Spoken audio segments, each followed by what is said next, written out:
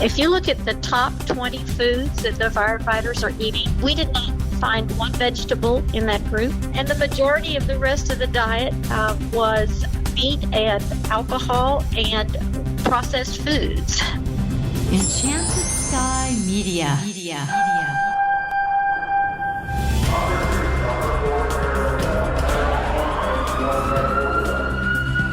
This is Code 3, the Firefighters Podcast. Now, here's your host, Scott Orr. That's right, and I will not let Parkinson stop me. Thank you for joining me again here on Code 3. This is the show for and about firefighters. We're informing and entertaining members of the fire service just like you from coast to coast. Firefighters seem to be a pretty healthy group of people, wouldn't you agree? After all, you work out a lot, right? But what do you eat? Now look, I'm not your dad, but exercising doesn't give you carte blanche to eat junk. But that's exactly what my guest today says is happening. Susie Day, Ph.D., is a professor of epidemiology at UT Health School of Public Health in Houston. Her training is in nutritional and occupational epidemiology. She's been doing research with her colleagues on firefighters for the last 9 years with funding from FEMA and the NIH. They're doing studies on various lifestyle behaviors in about 2,000 firefighters across the nation. And Dr. Susie Day is here now to tell us what they're finding. Welcome to Code 3. Thank you very much. I'm glad to be here. Well, we're glad to have you. What do firefighters eat? Well, they eat a lot, just like what we do here in America, because the fire service is really just a snapshot of what America is doing. So when we did our recent study, we found that firefighters don't have the best diet and that they're suffering from a lot of the same results of a bad diet, which is the overweight and obesity that the rest of America is looking at. But as I mentioned a second ago, they do work out a lot.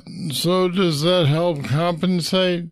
Obviously, it's good to work out and they need to be fit. But again, just like the rest of America, firefighters don't work out and be physically active enough to burn off all of the excess calories they're getting because their food choices are not the best. So did those choices come as a surprise to you? They did. When we did an analysis of looking at all of the foods and beverages consumed by the firefighters in the large study that we did, we had over 689 different firefighters from 20 different departments all across the U.S.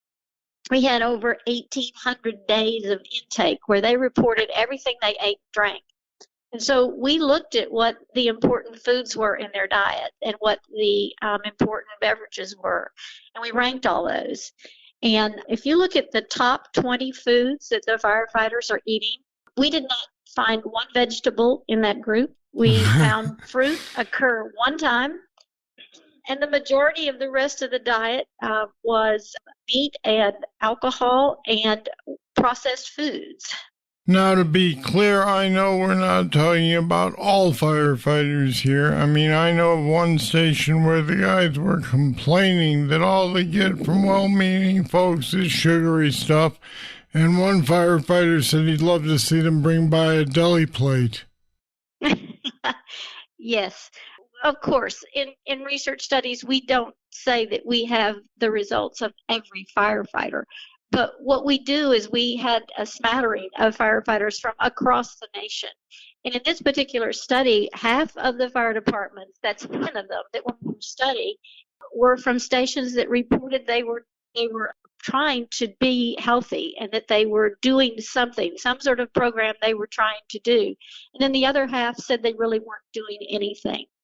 And then, of course, as you stated, there's some crews that are incredibly motivated and they have very rigid habits about what they eat, how they exercise. And then there's others that are a mix of individuals. And then there's some crews that just largely don't work out and they perhaps don't have the best diets. So what we tried to do was capture a blend of all of that so that what we present could be more representative of the whole fire service, which is a blend of types of eating habits.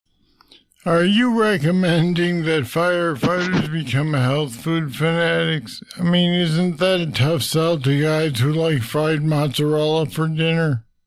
No, that is not what we advocate, and it's not my personal belief, nor is it what we have tried to do with programs that we've worked with to help the firefighters.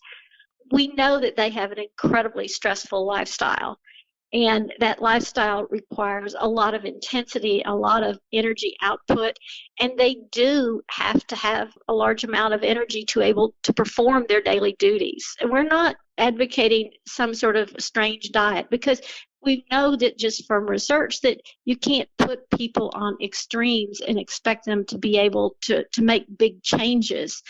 The changes have got to be gradual, and they've got to be targeted oftentimes with small changes along the way to help facilitate making big alterations in what your daily habits have been.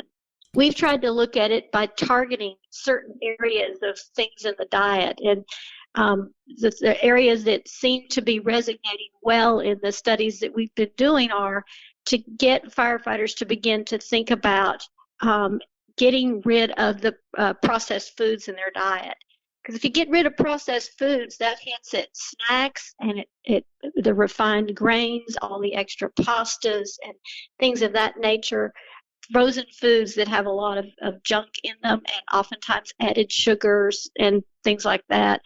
We've tried to encourage getting more fruits and vegetables into what they eat, and also getting rid of the added sugars in the diet. And then the fourth thing is healthy hydration. Hydration is such a key thing for firefighters. I'll be back with more right after this. Every day, you put your life on the line to protect our families, friends, communities, cities, and our nation. Federal Resources knows the dangers you encounter daily. Whether it's fire, hazmat, or the more recent opioid threats, we're here to support you, protect you, and help train you for your next mission. You're looking out for everyone else. Let us look out for you. federalresources.com.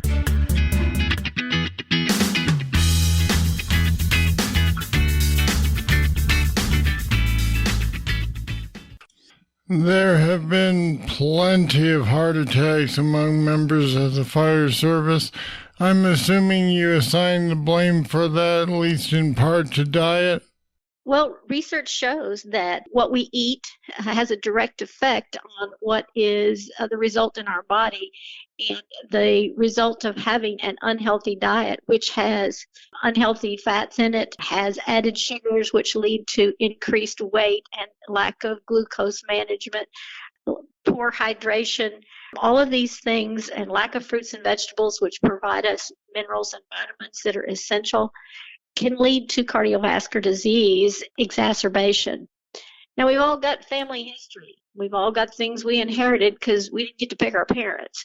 But these things are the lifestyle things that can perhaps push a person over that edge to actually manifest cardiovascular disease, or those that perhaps live a healthier lifestyles and can, ward it off better.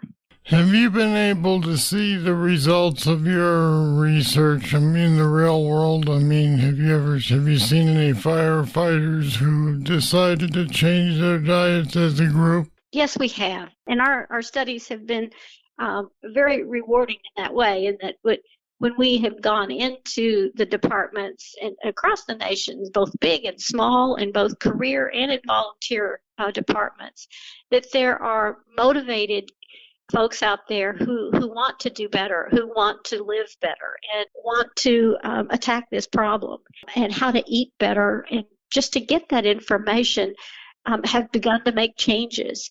And then because of their changes, that helps motivate their peers, and it's sort of it's a rolling ball here that we hope that we can encourage more to make these kinds of changes. We've got some exciting results that we're going to be getting out about here soon, about the study we've been doing with firefighters across the nation, again with encouraging healthy diet and physical activity.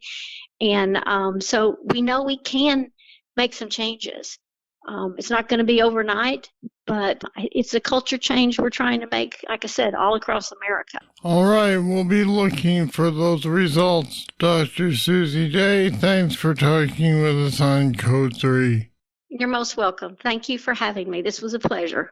And we've put some more information on Susie's study and firefighter diets on our website at code3podcast.com/food. Check it out. Now, here comes your trivia question. You may have a fairly elaborate mustache. A lot of firefighters do. But do you know how the tradition started? I'll have the answer right after this. Now's your chance to get your hands on Code 3 t-shirts, sweatshirts, and more. Show your support for the podcast that supports firefighters from coast to coast. Just go to code3podcast.com and click on the Code 3 store link. Or go to code3podcast.com/shop and tell the world that you're a Code 3 fan. And here's your trivia answer. The tradition of firefighters wearing elaborate mustaches began in the 1960s. It was a reaction to fire department regulations that forbid beards because they interfered with SCBA masks. For decades before SCBAs, some firefighters wore both beards and mustaches because they felt that those helped filter out the smoke from fires. All right, that's it. That's all for this edition of Code 3. Thank you for listening. I'll be back next time with more, and I hope you'll join me. I'm Scott Orr, and until then, I'll see you later. Code 3 is a production of Enchanted Sky Media. To get in contact with us, visit code3podcast.com. And if you haven't subscribed yet, you should. Don't miss an episode. Find us at the Apple iTunes Store, Google Play, or wherever you get your podcasts.